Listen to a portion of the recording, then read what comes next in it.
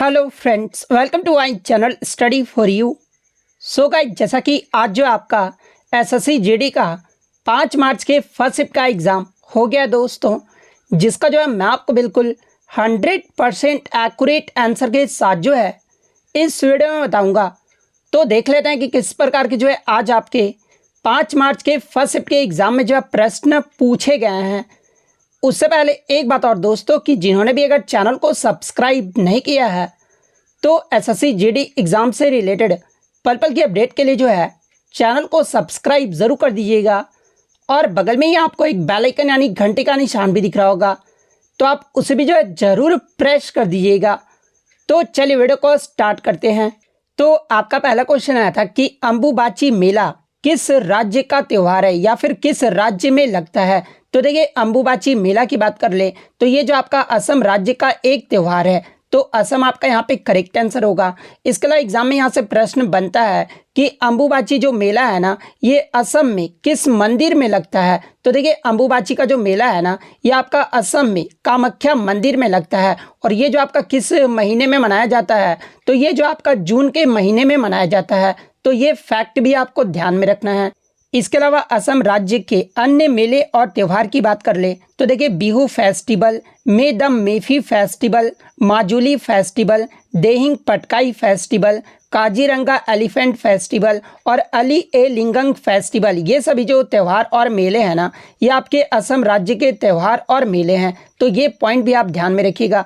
इसके अलावा अन्य राज्य के अगर त्यौहार की बात कर ले, जैसे कि मिजोरम राज्य के एग्जाम में पूछा जाता है, तो देखिए चापचर कुट महोत्सव, मीम कुट महोत्सव और पावल कुट महोत्सव, ये सभी जो आपके त्यौहार है ना, ये आपके मिजोरम राज्य के हैं। वहीं अगर सिक्किम की बात कर ले तो देखिए सागा दावा, पांग लहाबसोल, लोसुंग या सोनम लोसार, ये सभी जो त्यौहार है ना, ये आपके सिक्किम राज्य में मनाए जाते हैं।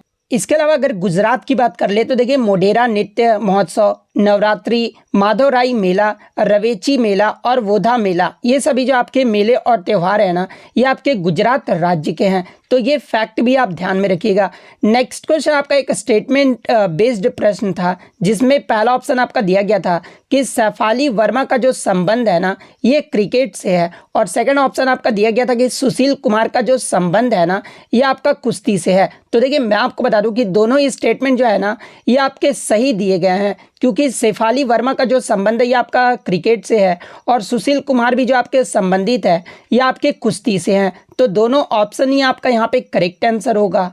इसके अलावा अगर महिला क्रिकेटर की बात कर ले तो इससे पहले जो आपका अंजुम चोपड़ा के बारे में पूछा गया था, तो देखिए अंजुम चोपड़ा का भी जो संबंध है ना, ये आपके महिला क्रिकेटर यानी क्रिकेट खेल से है। इसके अलावा जो आपका इससे पहले प्रश्न पूछा गया था, मिताली राज का संबंध ये जो है किससे है। तो देखिए, मिताली राज का जो संबंध है ना, ये आपका क्रिकेट से ही है। इससे पहले आपका सानिया मिर्जा का बारे में भी पूछा गया था, तो देखिए सानिया मिर्जा का जो संबंध है ना, ये आपके लॉन टेनिस से है। नेक्स्ट क्वेश्चन आपका यहाँ पर आता कि संगम साहित्य की जो रचना है ना, ये कहाँ पर हुई थी, या फिर संगम साहित्य का जो केंद्र था ना, ये कहाँ पर था। तो देखिए, अगर संगम साहित्य की बात कर ले तो ये जो आपका तमिल भाषा में 5वीं सदी ईसा पूर्व से लेकर 2री सदी के मध्य तक जो है ये आपका लिखा गया एक साहित्य है। और इसकी जो रचना और संग्रहण जो है ये आपके पांड्य शासकों के द्वारा मदुरै में आयोजित 3 संगम के दौरान जो है इसकी रचना जो है वो किया गया था। तो मदुरै आपका यहाँ पे करेक्ट आंसर होगा। नेक्स्ट क्वेश्चन आपका यहाँ पर आता कि राष्ट्रीय खेल दिवस ये जो कब मनाया जाता है। तो देखिए, राष्ट्रीय खेल दिवस की बात कर ले तो ये जो आपका प्रतिवर्ष 29 अगस्त को मनाया जाता है। तो 29 अगस्त आपका करेक्ट आंसर होगा। इसके अलावा एग्जाम में यहाँ से प्रश्न बनता है कि राष्ट्रीय खेल दिवस ये जो है किसके उपलक्ष्य में मनाया जाता है। तो ये जो आपके मेजर ध्यानचंद के उपलक्ष्य में जो है इस राष्ट्रीय खेल दिवस को जो है वो मनाया जाता है। और मेजर ध्यानचंद ये जो आपके किस खेल से संबंधित है, तो ये आपके हॉकी खेल से संबंधित है। और इन्हें जो है हॉकी का जादूगर भी कहा जाता है। एग्जाम में प्रश्न बनता है कि हॉकी का जादूगर ये जो है किसे कहा जाता है, तो ये आपके मेजर ध्यानचंद को कहा जाता है। इसके अलावा बात कर ले राष्ट्रीय खेल दिवस की शुरुआत ये जो है कब हुआ था, यानी पहला जो राष्ट्रीय खेल दिवस है ना, ये कब मनाया गया था। तो देखिए, पहला जो राष्ट्रीय खेल है ना, ये आपका 29 अगस्त 2012 को जो ये आपका मनाया गया था। तो ये फैक्ट भी आपको ध्यान में रखना है। नेक्स्ट क्वेश्चन आपका यहाँ पर आता कि प्रसिद्ध संगीतकार शकूर खान जो है निम्नलिखित में से किस संगीत वाद्य यंत्र से संबंधित थे? तो देखिए अगर शकूर खान की बात कर ले तो ये जो आपके सारंगी वादक थे, तो सारंगी वादक आपका करेक्ट आंसर होगा। इसके अलावा अगर इनके घराने के बारे में पूछा जाए तो देखिए उस्ताद शकूर खान जो है ये आपके किराने घराने से संबंधित है, तो ये पॉइंट भी आप ध्यान में रखिएगा। इसके अलावा मशहूर सारंगी वादक की बात कर ले तो देखिए पंडित राम नारायण, जिन्हें 2005 में पद्म विभूषण से सम्मानित किया गया था। इसके अलावा सुल्तान खान, अब्दुल करीम खान, अब्दुल लतीफ़ खान, अहमद खान, गुलाब सबीर खान, गोपाल मिश्र, सबरी खान, उस्ताद बिंदा खान और रमेश मिश्रा, इन सभी का जो संबंध है ना ये आपके सारंगी वाद्य यंत्र से है, तो ये फैक्ट भी आप ध्यान में रखिएगा। नेक्स्ट क्वेश्चन, भारत में हरित क्रांति के जनक के रूप में जो है ये किसे जाना जाता है? तो देखिए भारत में ग्रीन रेवोल्यूशन के जनक के रूप में जो है ये आपके एम.एस. स्वामीनाथन जी को जो है वो जाना जाता है, तो एम.एस. स्वामीनाथन आपका यहाँ पे करेक्ट आंसर होगा। इसके अलावा एग्जाम में अगर पूछा जाए कि विश्व में हरित क्रांति के जनक के रूप में जो है ये किसे जाना जाता है, तो देखिए विश्व में हरित क्रांति के जनक के रूप में जो है ये आपके नॉर्मन बोरलॉग को जो है वो जाना जाता है, तो ये पॉइंट भी आप ध्यान में रखिएगा। इसके अलावा एग्जाम में यहाँ से प्रश्न बनता है कि हरित क्रांति ये जो आपका किससे संबंधित है, तो देखिए हरित क्रांति जो है ये आपके खदानों के उत्पादन से संबंधित है, और खदानों के उत्पादन में सबसे ज़्यादा जो वृद्धि हरित क्रांति में वो कौन सी खदान में आपका हुआ था, तो ये आपका गेहूं और चावल की फसलों में जो है ये सबसे ज़्यादा जो है वो आपका वृद्धि हुआ था, तो ये पॉइंट भी आप ध्यान में रखिएगा।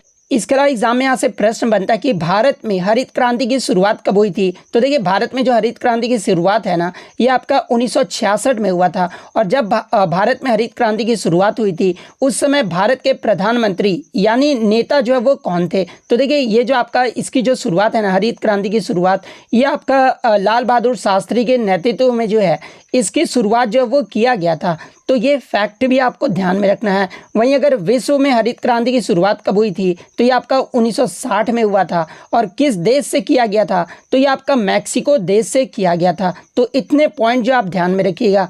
नेक्स्ट क्वेश्चन आपका यहाँ पर आता है कि छठी पंचवर्षीय योजना ये जो आपका कब से कब तक चला था, तो देखिए छठी पंचवर्षीय योजना का जो कार्यकाल रहा था ना ये आपका 1980 से लेकर जो है 1985 तक रहा था, तो 1980 से 85 आपका करेक्ट आंसर होगा।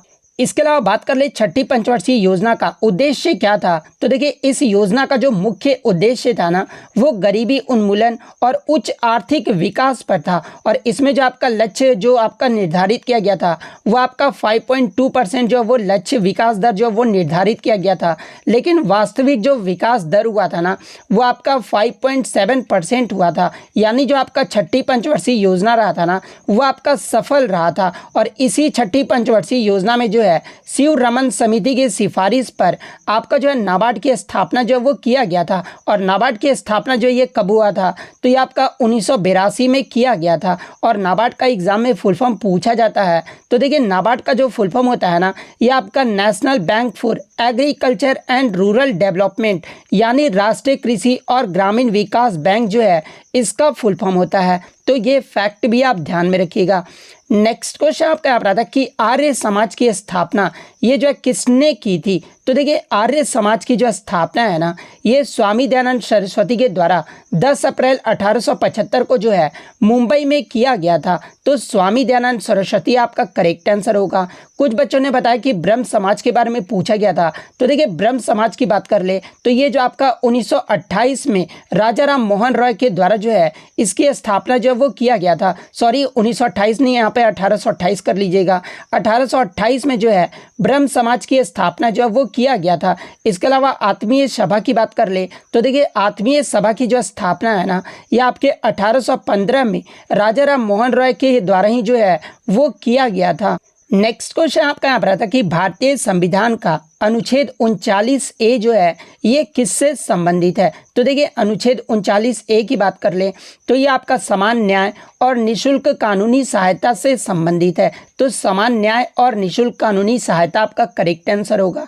इसके अलावा अनुच्छेद 39A की बात कर ले तो ये जो आपका DPSP यानी राज्य के नीति निर्देशक सिद्धांत के अंतर्गत आता है, और DPSP का जो उल्लेख है ये किस भाग और किस अनुच्छेद से किस अनुच्छेद तक है, तो देखिए DPSP का जो उल्लेख है ना ये आपके भारतीय संविधान के भाग 4 और अनुच्छेद 36 से 51 तक जो है इसका उल्लेख किया गया है, तो ये पॉइंट भी आप ध्यान में रखिएगा। और डीपीएसपी का प्रावधान ये जो किस देश से लिया गया है, तो देखिए डीपीएसपी का जो विचार है ना, ये आपके आयरिश संविधान यानी आयरलैंड देश के संविधान से जो है इसे अडॉप्ट किया गया है। तो ये फैक्ट भी आपको ध्यान में रखना है।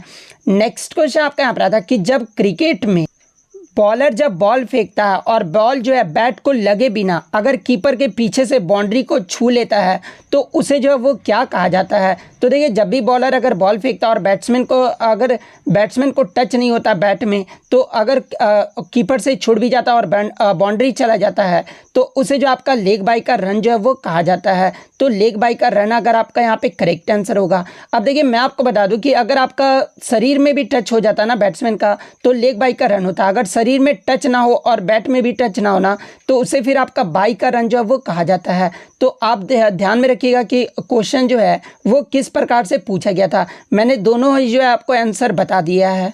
नेक्स्ट क्वेश्चन आपका यहाँ पर आता है कि वर्तमान में डीजीसीए के अध्यक्ष कौन है। तो देखिए वर्तमान में जो आपके डीजीसीए के जो अध्यक्ष हैं ना, ये आपके विक्रमदेव दत्त हैं। तो विक्रमदेव दत्त आपका करेक्ट आंसर होगा। इसके अलावा डीजीसीए का अगर फुल फॉर्म की बात कर ले तो देखिए डीजीसीए का जो फुल फॉर्म होता है ना, ये आपके Directorate General of Civil Aviation यानी नागरिक उड्डयन महानिदेशालय जो है इसका फुल फॉर्म होता है। और इसका जो आपका मुख्यालय है ना, ये आपका नई दिल्ली में स्थित है। इसके अलावा आप कमेंट करके बताइएगा कि डीजीसीए की जो स्थापना है ना, ये कब किया गया था।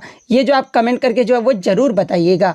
नेक्स्ट क्वेश्चन आपका यहाँ पर आता है कि आपका जो है वित्त आयोग से आया था कि वित्त आयोग में एक अध्यक्ष के अलावा और कितने सदस्य होते हैं। तो देखिए वित्त आयोग में एक अध्यक्ष के अलावा जो है आपके टोटल 4 सदस्य होते हैं। तो 4 आपका यहाँ पे करेक्ट आंसर होगा। नेक्स्ट क्वेश्चन आपका यहाँ पर आता है कि वह तत्व जो आवर्त सारणी में पी ब्लॉक का सदस्य नहीं है। तो देखिए अगर पी ब्लॉक के एलिमेंट्स की बात कर ले तो देखिए 13वें समूह से लेकर 18वें समूह तक जो आपके आते हैं ना तत्व, वो आपके जो है आपके पी ब्लॉक एलिमेंट्स में आते हैं। बस आपका जो एक हीलियम एक ऐसा तत्व है ना जो ये आपका पी ब्लॉक के अंतर्गत नहीं आता है। तो 13वें से 18वें समूह के अंतर्गत सिर्फ आपका हीलियम को छोड़कर जितने भी तत्व आते हैं ना वो आपके पी ब्लॉक के सदस्य होते हैं। तो देखिए मैं आपको बता दूं कि आपके ऑप्शन में जो है क्या क्या दिया गया था। तो देखिए आयोडीन दिया गया था। तो देखिए आयोडीन तो ये आपका पी ब्लॉक का सदस्य होता है। इसके अलावा आपका फॉस्फोरस दिया गया था। तो देखिए फॉस्फोरस भी जो है आपका पी ब्लॉक का सदस्य होता है। एक आपका जो है मैग्नीशियम दिया गया था। तो देखिए ये जो आपका Mg यानी मैग्नीशियम है ना, ये आपका पी ब्लॉक का सदस्य नहीं होता है। तो मैग्नीशियम आपका यहाँ पे करेक्ट आंसर होगा। इसके अलावा बात कर ले आपका एग्जाम में पूछा जाता है कि ग्रुप 13 को जो है कौन सा फैमिली कहा जाता है। तो देखिए मैं आपको बता दूं कि ग्रुप 13 के जो तत्व होते हैं ना उसे जो आपका बोरोन फैमिली कहा जाता है। 14वें ग्रुप को जो है ये आपका कार्बन फैमिली जो है वो कहा जाता है। 15वें ग्रुप को जो आपका नाइट्रोजन ग्रुप कहा जाता है। 16वें ग्रुप को जो आपका चैल्कोजेंस ग्रुप कहा जाता है। और 17वें ग्रुप को जो आपका हैलोजन ग्रुप जो है वो कहा जाता है। और 18वें ग्रुप को जो है आपका नोबल गैस यानी अक्रिय गैस जो है वो कहा जाता है। तो ये फैक्ट भी आप ध्यान में रखिएगा। नेक्स्ट क्वेश्चन आपका यहाँ पर आता है कि जनसंख्या के अनुसार 2011 की जनगणना के अनुसार जो है सबसे बड़ा धर्म जो आपसे पूछा गया था, जहाँ पे ऑप्शन में जो आपका बौद्ध दिया गया था, एक आपका जो है सिख दिया गया था, एक आपका जो है ईसाई दिया गया था और एक आपका जैन जो है वो दिया गया था। तो देखिए मैं आपको बता दूं कि 2011 की जनगणना के अनुसार सबसे बड़ा जो धर्म रहा था ना वो आपका हिंदू धर्म रहा था। हिंदू धर्म का जो प्रतिशत है वो आपका 79.8% रहा था। दूसरे स्थान पे जो आपका मुस्लिम धर्म रहा था जो कि आपका 14.2% रहा था। तीसरे स्थान पे जो आपका ईसाई धर्म, चौथे स्थान पे आपका सिख धर्म, 5वें स्थान पे आपका बौद्ध धर्म और 6ठे स्थान पे जो है ये आपका जैन धर्म। ये जो आपके 6 प्रमुख धर्म जो है 2011 की जनगणना में रहे थे। तो इस ऑप्शन के अकॉर्डिंग जो है ईसाई धर्म जो है ये सबसे बड़ा धर्म था, क्योंकि हिंदू और मुस्लिम ऑप्शन में नहीं दिया गया था। तो ईसाई आपका यहाँ पे करेक्ट आंसर होगा। नेक्स्ट क्वेश्चन आपका यहाँ पर आता है कि इनमें से कौन सा शास्त्रीय नृत्य में जो है हाथों की मुद्राओं की व्याख्या के लिए ग्रंथ हस्त लक्षण दीपिका पर आधारित है। तो देखिए ये जो आपका कथकली शास्त्रीय नृत्य है ना, ये आपके हाथों की मुद्राओं की व्याख्या जो है इसमें किया जाता है। तो कथकली आपका करेक्ट आंसर होगा। इसके अलावा बात कर ले कथकली ये जो है किस राज्य का शास्त्रीय नृत्य है, तो ये आपका केरल राज्य का जो है एक शास्त्रीय नृत्य है। तो ये पॉइंट भी आप ध्यान में रखिएगा। वहीं अगर अब हिंदी की बात कर ले तो हिंदी में जो आपका दुर्जन का विलोम शब्द पूछा गया था, तो देखिए दुर्जन का जो विलोम शब्द होता है ना वो आपका सज्जन होता है, तो सज्जन आपका करेक्ट आंसर होगा।